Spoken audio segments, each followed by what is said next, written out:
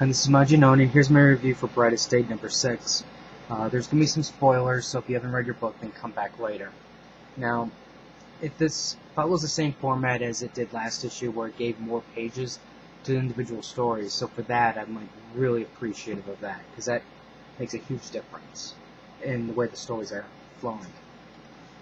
So anyways, let's get on with the story. Now, you have the Martian that's rampaging, killing everything. Now, I don't know who this is, so if somebody out there knows who it is, please let me know. I know it's not a white lantern, a white Martian, but so it's got to be somebody connected to his past.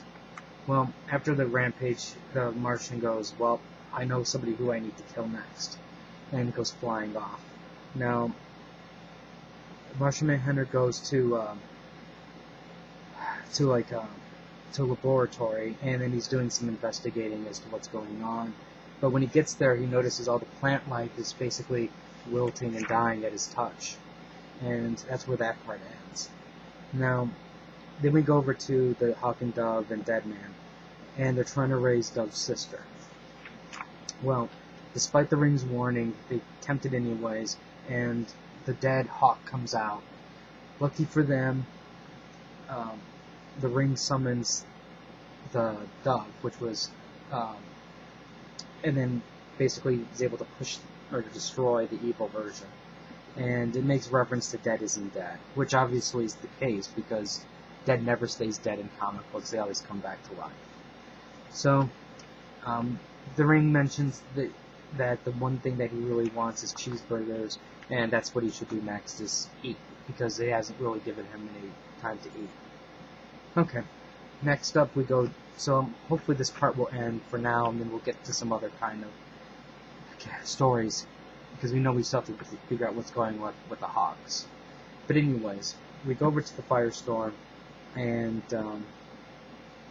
Jason's missing the opportunity where this girl kind of wants to go out with him, but, I understand he's got some issues he's got to deal with.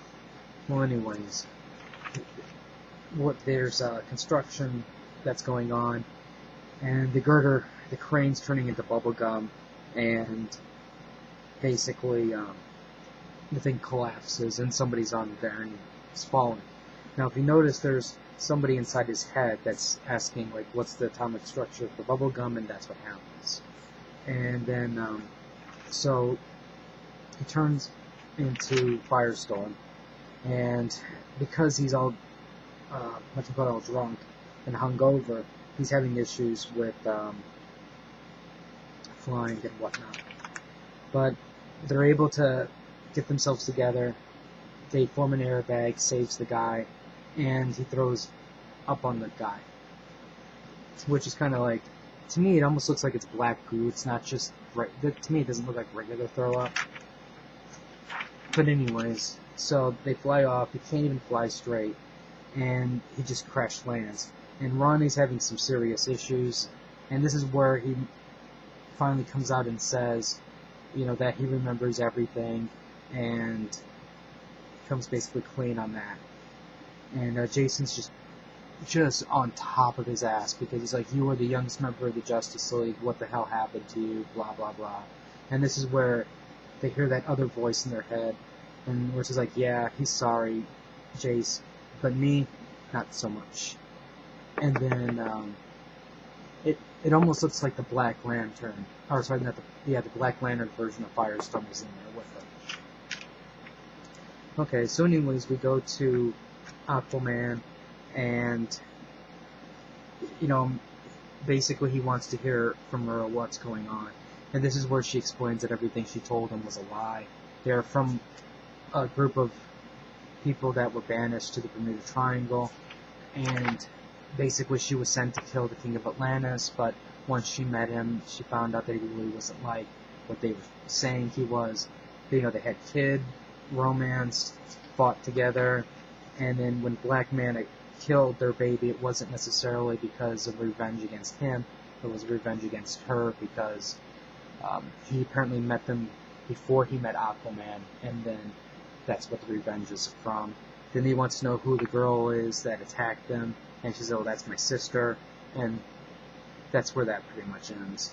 Next up, we go back up to the Martian Manhunter. We see that animals don't die. It's just the plant life that dies. And you can see the footprints from the dead grass. Now, he goes to check up on the the white Martians, and we find out every white Martian's accounted for, and that's still secure. So then he goes over to see Barbara Gordon to get some ideas of what's going on. And then they find out that basically there's been a series of really bizarre murders that match that same criteria where that one family was killed at the beginning. And it's all these murders have been buried. And it's because they've been buried because the police don't know what to do with it because they think that Ahmed is involved. Well, he notices something, and he goes, I need some help with this. Then he calls the Teen Titans, and he wants to get the Martian from the Teen Titans. Well, she's in Australia, and when he goes for her help, he sees that she got jacked up, and that's where it ends. Now, obviously, that's where that Martian went to from the beginning, and I will say, this has really started to pique my interest a lot more.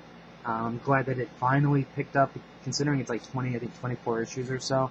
If it kept going the way it was going, there's no way I would have continued with it. But now that they're giving everybody a little bit more airtime, it's becoming a lot better. I think the art's been pretty solid, which has been good. I'm surprised it's been as graphic as it has been. And so far, once they started to develop the characters, or not the characters, but the storylines more, it's boring me a lot less. So I'm really enjoying it. And I just hope it keeps up the same pace.